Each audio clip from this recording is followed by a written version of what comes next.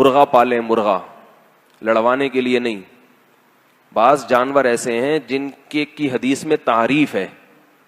نبی صلی اللہ علیہ وسلم نے ارشاد فرمایا کہ لا تسبوا الدیک فإنہ یؤذن للصلاة یا یوقظ للصلاة او کما قال صلی اللہ علیہ وسلم. فرمایا مرغے کو برا مت کہو, اس لیے کہ وہ نماز کے لیے جگاتا ہے. ایک اللہ نے اس میں ایک اچھی صفت رکھی ہے, صبح صادق سے پہلے ہی بانگ دینا شروع کر دیتا ہے اور بتاتا ہے کہ میں اٹھ گیا ہوں. پوچھتی ہو بس زبان حال بتا رہا ہوتا ہے کہ انسانوں تمہیں تو مجھ سے بھی پہلے اٹھنا چاہیے, تم انسان ہو کے سوتے پڑے ہوئے ہو اور میں جانور ہو کے اٹھ گیا ہوں. تو مرغے کی تعریف آئی نا, تو مرغے سے مراد مرغی بھی اس میں داخل ہے کیونکہ جنس ایک ہی ہے. تو اس سے کیا پتہ چلتا ہے کہ مرغوں کی اور مرغیوں کی زندگی میں انسان کے لیے سبق ہے. سبق ہے. ایک سبق کیا ہے, بہت اہم سبق ہے کہ مرغے اور مرغیاں سورج غروب ہوتے ہی اپنے ڈڑبوں کی طرف بھاگتے ہیں. ہوتا ہے کہ نہیں ہوتا؟ اور کیسے وہ مرغی اپنی چونچ اپنے پروں میں رکھ کے ایک ٹانگ پہ کھڑی ہو کے سو جاتی ہو, ایسے بالکل خاموشی کی طرف جاتے ہیں وہ. تو اللہ یہی چاہتے ہیں کہ مسلمان رات کو جلدی سو جائے اور مرغے صبح صبح اٹھ کے اذان دینا شروع کر دیتے ہیں. اچھا, اس سے ایک اور علمی نقطے کی بات پتہ چلتی ہے کہ جب مرغے کو برا کہنے پر پابندی ہے تو جو حقیقت میں اذان دیتا ہو صبح صبح اور آپ کو اذان کے لیے جگاتا ہو انسان ہو, وہ تو اس کا احترام تو اور زیادہ واجب ہو گیا نا.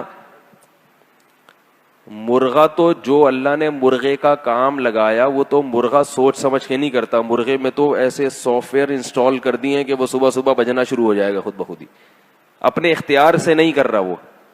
اس کے باوجود مرغے کو گالی دینے پر پابندی, برا کہنے پر پابندی. تو جو آپ کی مسجد کا واقعی میں مؤذن ہو اور وہ صبح صبح اٹھ کے اذان دیتا ہو تو اس سے عقیدت اور محبت کیا خیال ہے ہونی چاہیے. اس کی کوتاہیوں کو نظر انداز کرنا چاہیے کہ بھئی یہ لوگوں کو نماز کے لیے بلاتا ہے. دو باتیں پتہ چلی. تیسری بات اس حدیث سے کیا پتہ چلی کہ خود بھی اذان کہنے کی کوشش کرنی چاہیے.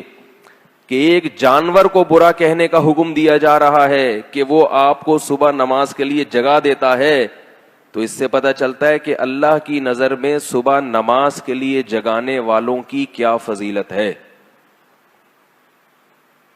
نہیں یار, تو اگر اس فضیلت میں آپ خود ہی داخل ہو جائیں تو کتنی اچھی بات ہے. لیکن لوگ کہتے ہیں مؤذن ہونے کو عیب سمجھتے ہیں. تنخواہ لے کے نہ کریں, ویسے ہی کبھی کبھار اذان دے دیا کریں ثواب حاصل کرنے کے لیے. اور ہمارے حضرت تھے مفتی رشید احمد صاحب رحمہ اللہ تعالی, ان سے بیعت تھے ایک پی آئی اے کے بہت بڑے آفیسر تھے. وہ پی آئی اے میں بہت بڑے آفیسر تھے, لیکن وہ وہاں دارالفتاء والارشاد میں اذان بھی دیتے تھے. اذان بھی دیتے تھے, وہ تنخواہ پہ نہیں, ویسے ہی اپنے شوق سے اذان دیتے تھے.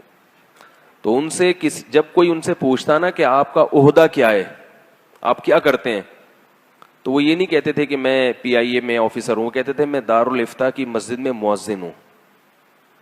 وہ کیا کہتے تھے, میں مسجد میں مؤذن ہوں. ورنہ کوئی آدمی مؤذن ہو تو وہ بتاتے ہوئے شرماتا ہے کہ یار, اور اگر امام ہو تو اور شرم آتی ہے اس کو کہ میں مولوی ہوں, لوگ کیا کہیں گے, مولوی نکلا. ہم تو اس کو سمجھدار آدمی سمجھ رہے تھے اور یہ کیا نکلا, یہ تو مولوی نکلا.